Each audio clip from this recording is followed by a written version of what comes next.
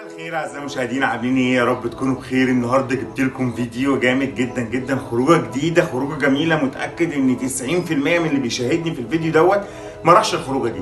الخروجه دي للاطفال ولا الكبار؟ هقول لك ان الخروجه دي مناسبه لكل الاعمار، من اول الاطفال لغايه الكبار. مكانها قريب جدا، اسعارها حلوه جدا. لو عايز تعرف كل التفاصيل، اماكن فيها العاب، فيها حديقه فرعونيه، فيها يعتبر حيوانات، خضره، كيدز اريا، فيها كل حاجه تدعو للاسترخاء وتدعو للتنطيط وكل حاجه حلوه. يعني مكان جميل جدا وشامل من كل حاجه، وسعره حلو ومكانه حلو جدا. لو انت مهتم وعايز تعرف الخروجه دي فين وبكام وازاي ومواعيدها وكل حاجه، تابعني لنهايه الفيديو. واول مره تشوفني ما تنساش تنزل دلوقتي تشترك في القناه وتفعل الجرس عشان يوصلك كل جديد. ويلا بينا نبدا الفيديو.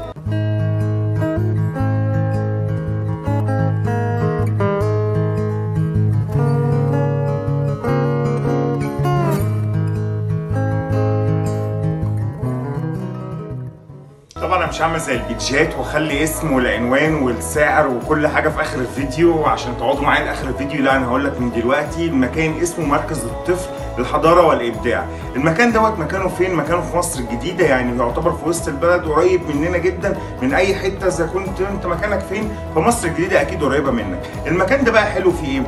حلو فيه ان طفلك اول حاجه بيعرفها الحضاره الفرعونيه بتاعتنا. هيلاقي فيه قسم كبير قوي زي متحف كبير مليان بقى برديات، مليان تحف زي ما احنا شايفين مع بعض كده في الصور. المكان مليان تماثيل، حاجات كتير قوي. بيبقى فيه مرشد هناك للاطفال، بيبقى مع الاطفال ومع الكبار، بيشرح لك كل حاجه ويوضح لك كل حاجه. فهي هتبقى خروجه ممتعه، وكمان هتبقى حاجات تعليميه ان احنا نتعلم ونستفيد منها كتير جدا.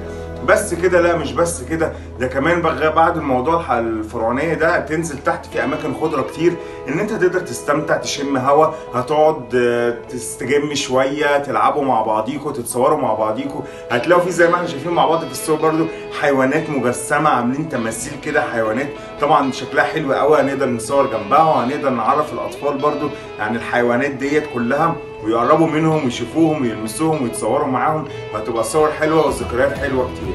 كمان في حته هناك عامله زي النيل كده، ان انت هتبقى قاعد قدام الميه في بانوراما كده حلوه، بيبقى فيها فيديوهات تشويقيه جميله هم هناك عاملينها بطريقه حلوه جدا. هتقدر ان الولاد يستفيدوا منها ويستمتعوا بيها وتجذبهم ان يتفرجوا عليها. كمان هنعلم ولادك هناك زي ما احنا شايفين في الصور كمان التحنيط، يعني ان انت تقعد الولاد يتعلموا التحنيط ويقعدوا يشتغلوا بايديهم هاند ميد، يعملوا شغل بايديهم حلو قوي. وفي ناس هتعلمهم وترشدهم يعملوا ده ازاي. طيب بس كده احنا هنقعد نتفرج على تماثيل ونقعد على النيل وجنينه وخضره وكل الاماكن فيها الحاجات دي؟ لا، مش بس كده. كمان عايز اقول لك ان زي ما احنا شايفين في الصور كده المكان فيه كيدز اريا كبيره جدا، كيدز اريا حلوه. الاطفال هيقعدوا يلعبوا ويتبسطوا، وانت كبابا وماما او العيله او الاخوات وكده هنقعد نستجم ونشم هوا ونتصور ونتكلم ونعمل اللي احنا عايزينه. فانت الطفل بيلعب في الكيدز اريا ويتعلم حاجات في الحديقه الفرعونيه، يشوف الحيوانات، يشوف حاجات حلوه كتير زي ما احنا شايفين كده. هنشوف زرافه وهنشوف حاجات حلوه قوي، هنقدر نتصور معاها ونتبسط فيها. فهو مكان مجمع وشامل لكل يعتبر افراد العيله.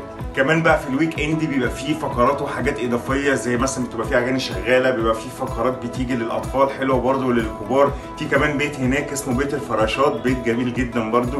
المكان هناك مبهج قوي، الوانه حلوه، الصور جميله، هتشوف ناس حلوه، الناس معاملتها بروفيشنال قوي هناك. فهي خروجه جديده وجميله. فانت لو ما خرجتش الخروجه دي فانصحك تروح تخرجها. المكان رخيص وجميل جدا. سعر دخول المكان ده اصلا 35 جنيه، لكن دخول المكان بلس المتحف بيبقى الفرد 115 جنيه. ده بالنسبه للفرد 35 جنيه لو انت مش عايز متحف. لو عايز متحف لو 115 جنيه. وهنزل لكم برده صوره، شويه صور هيبقى عن المكان عشان تتعرف وتشوف المكان بالتفاصيل كتير. وفي اخر الفيديو هكون سايب لك صوره في كل الاسعار، اذا كان كل حاجه جوه بكام. طبعا في كافيتيريا، في اكل، في شرب، كل اللي انت محتاجه كل اللي انت بتتمناه هتلاقيه في مكان واحد. فهي خروجه جميله جدا في مصر الجديده. المكان ده بيفتح من الساعه 9 صباحا لحد الساعه 9 مساء. لكن بالنسبه للمتحف بيفتح من 9 لغايه 2 الظهر وبس. على كده وكده نكون وصلنا لنهايه حلقتنا النهارده. لو الفيديو عجبك ما تنساش تدوس لايك وتقول كومنت برده برايك لو انت رحت المكان دوت. وما تنساش لو اول مره تشوفنا تشترك في القناه عشان احنا بننزل خروجات وفسح كتير، وفي الصيف بننزل فنادق وسفريات كتير. فالقناه دي لو انت من هواة السفر وخروج الفسح فالقناه دي معموله عشانك انت. ما تنساش تشترك في القناه وتفعل الجرس يوصلك كل جديد. وشكرا.